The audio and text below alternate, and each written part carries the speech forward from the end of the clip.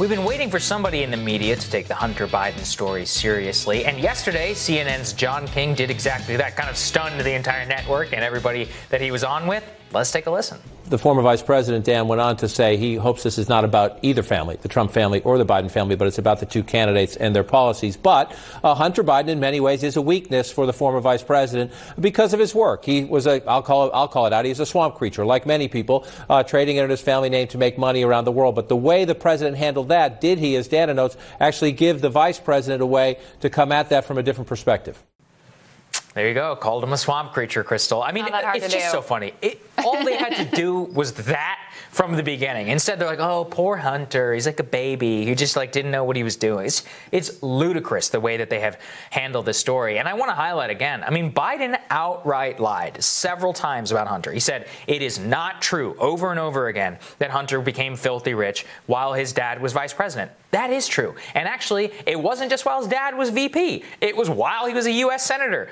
He was talking about, he's like, my son Hunter, his experience. The only job he held before he was pursuing all these deals was as a lobbyist for the credit card industry. While his dad was a senator from Delaware, the senator from MBNA, as he was well known. Sat on the Amtrak board. Sat on the Amtrak board. Rides the trains. Quote, he rides the trains a lot. All right. So I guess I qualify. I mean, it's funny because it sort of feels like a throwback to a different era when it seemed like this stuff might matter, before, yeah, I know it's not matter. But that's it. It's like before the world exploded and we had the pandemic and an economic crash and the summer of protests and unrest and everything that's happened, it seemed like this storyline might end up being central, right? And during the Democratic primary, we were like, someone needs to bring this up and be honest about it because the Democrats look like fools on this. Yes. And yes, look, Trump is way more brazen and every bit as corrupt and more. I mean, he's personally getting, foreign cash from overseas, according to his tax returns while he's sitting in the White House. That is all true. Trump is also not running on restore the soul of the nation.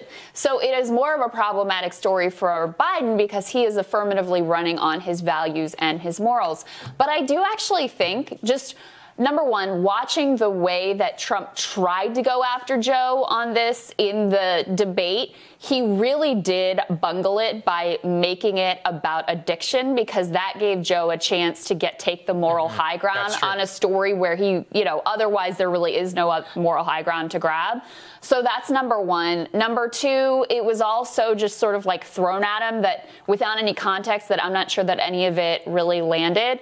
But number three, and this is one of the questions for me as we move past the Trump era, he has this thing where scandals, because they come in so fast and furious and because the media freaks out about every single thing that he does, that they tend not to stick to him in the same way. So questions about his corruption that would have been devastating for another president, didn't really ultimately make that much of a difference.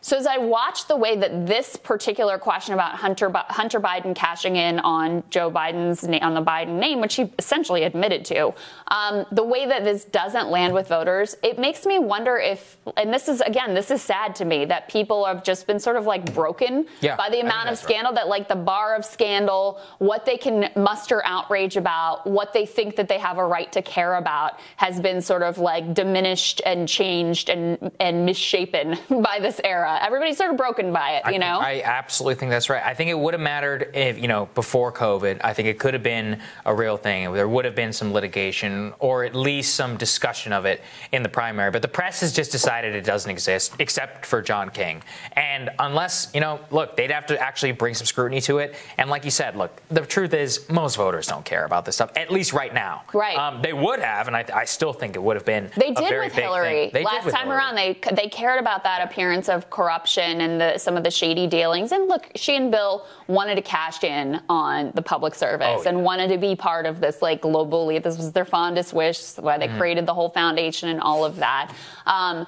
This time around with people just how am I going to make my rent? How am I going to stay in my house? How am I going to, what's going to happen with my job? What's going to happen with the freaking country?